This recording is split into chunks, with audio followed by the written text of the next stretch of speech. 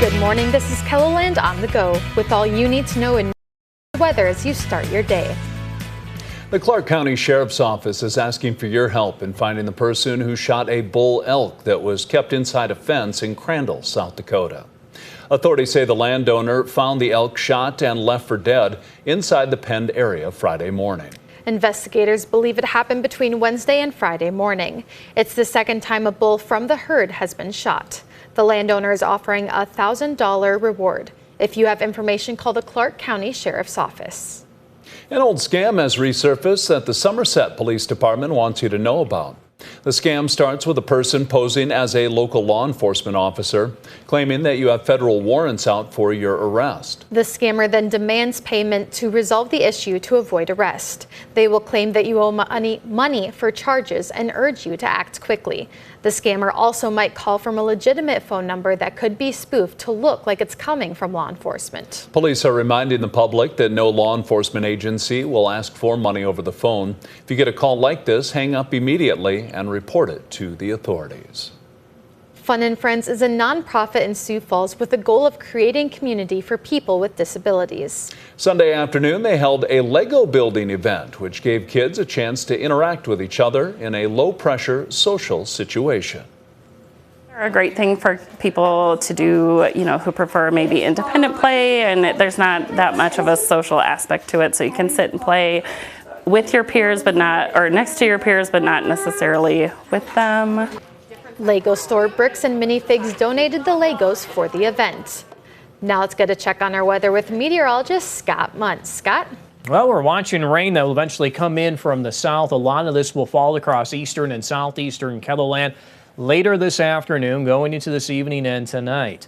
Well, we are looking at temperatures to be above average for today, and then those numbers start to fall. Now we are forecasting numbers in the low to middle 50s for later this afternoon. Brian will have more details on your forecast coming up. Thank you, Scott. The World of Outlaws closed the dirt track racing season last weekend with the World Finals in North Carolina. With Huset's Speedway painted on the wing, David Gravel earned his 15th win of the season during the four-day event, securing his first World of Outlaws points championship. The victory for Big Game Motorsports also marks Todd Quiring's first title as a car owner. He's very excited, and it's very rewarding for, I think, their whole family and the whole team and everyone involved with the team. So it's very refreshing to finally get that off their back. You can hear from Gravel about his future in the sport with this story on KELOLAND.com.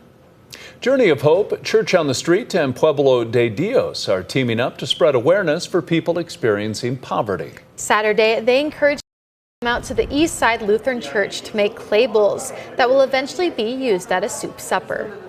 It's just a new experience, a chance to connect with one another, to support ministries and nonprofits in a different way.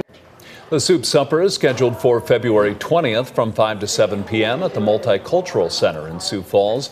You can make a donation there and even go home with one of the bowls. If you're looking to get into the holiday spirit, the Winter Wonderland at Falls Park returns this week. The city of Sioux Falls says the lights will turn on at 5 p.m. November 22nd with a fireworks show to follow at 6 o'clock. That's a look at some of our top stories. Now let's get one last look at your weather with meteorologist Brian Karstens. Brian? All right, our weather picture. Well, starting to talk about a little snow in KELOLAND. I don't think it's necessarily a major thing for Sioux Falls, but let's keep an eye on the rain. That is a story today. You can see it moving up from the south, and that's going to be the trend here as we work our way into the afternoon. Sioux Falls, probability of rain is very, very high. I think we'll get widespread rain in the southeast, including a big chunk of western Minnesota. The back edge of the storm, at least the majority of it, will probably get a little west of the James Valley, but we got to be careful on rain totals west of there because it'll really be a sharper cutoff on this system. So maybe a couple of showers in Pierre, but let's think a lot lighter on the rain totals that direction. Now, this rain that arrives this afternoon, it's going to continue tonight. I think as we get into the early part of tomorrow morning, the big story at that point will be the cold, blustery northwest wind. Now, we get some showers still wrapping around northeast South Dakota, but Sioux Falls, I don't really expect a lot of rain during the day tomorrow. We could get a little bit here and there, but the next thing to keep an eye on, it kind of looks at this point like the system's long gone, but be careful because the system's actually going to wrap around and backtrack a little bit Tuesday night into Wednesday. And at that point, now we've got enough cold air. We're going to generate some snow. And of course, it's still very, very windy on Wednesday. So even if we end up with some minor accumulations, for an example, in Watertown, you got to remember whatever is going to be falling is going to be blowing sideways. So it is a consideration on Wednesday, and I would recommend you kind of stay up on the forecast. Even if we end up with just nuisance amounts, it is worth your attention. Let's go through the specifics today. Can we hit the 50s? I think we will. Sioux Falls there at 50 degrees at noon. There's the rain line coming up into Sioux County, and you can notice it eventually moves up into Sioux Falls and Brookings through the mid-afternoon. This is 4 o'clock, so even up through Huron and Watertown, we're starting to pick up some showers. Aberdeen, too, let's think about more toward the early evening. It's just kind of a delay, but eventually it does rain there, too, this evening. And don't forget, clap of thunder in the southeast. We've got enough instability to bring that conversation up. Where's that snow chance? Well, tomorrow morning around Mobridge, few snowflakes tossed in.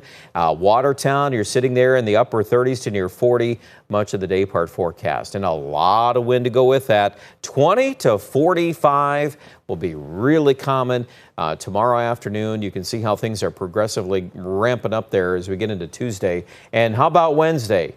Same thing. You got 2 days back to back with a lot of northwest winds. Hopefully Thursday will be a lot better. Wind chill map, we've got to mention it. It's going to feel a lot colder. Our projected high on Wednesday in Sioux Falls, the high temperature is 36, and the wind being what we're forecasting, we're going to send those wind chills into the teens and 20s. Even some of the daybreak numbers could be in the single digits around Mobridge and Buffalo. So we get a real taste of some winter. And then, well, next week, there's even more talk about possibilities of snow in the plains. Much more to say about that after this system departs. Let's close it out here. We got some 50s today. The warmest day of the 7-day forecast is today. Then we're down in the mid-40s, but I would kind of categorize that as steady or falling. The numbers just won't feel very warm tomorrow in Sioux Falls. Certainly Wednesday and Thursday in the upper 30s. Let's see if we could get some 40s back in the forecast this weekend. That's about as warm as we're going to get now. Normal high is dropping. See that too? Aberdeen, mid-30s Wednesday. The chance of some snow coming back for Aberdeen is higher than Sioux Falls. So I think that especially if you're in Sisseton and Watertown and Webster, yes, you definitely have to keep watching that. You work your way out toward Pier, though. The rain chances from the get-go are lower. The amounts are lower. We're going to have some areas out here probably getting next to nothing. So I do want to be cautious on that. And then for Rapid City, there's a second component to the system that does bring some snow or rain chances still in line through tomorrow. After that, though, a lot of 40-degree weather the rest of the week. Check out more at KELOLAND.com.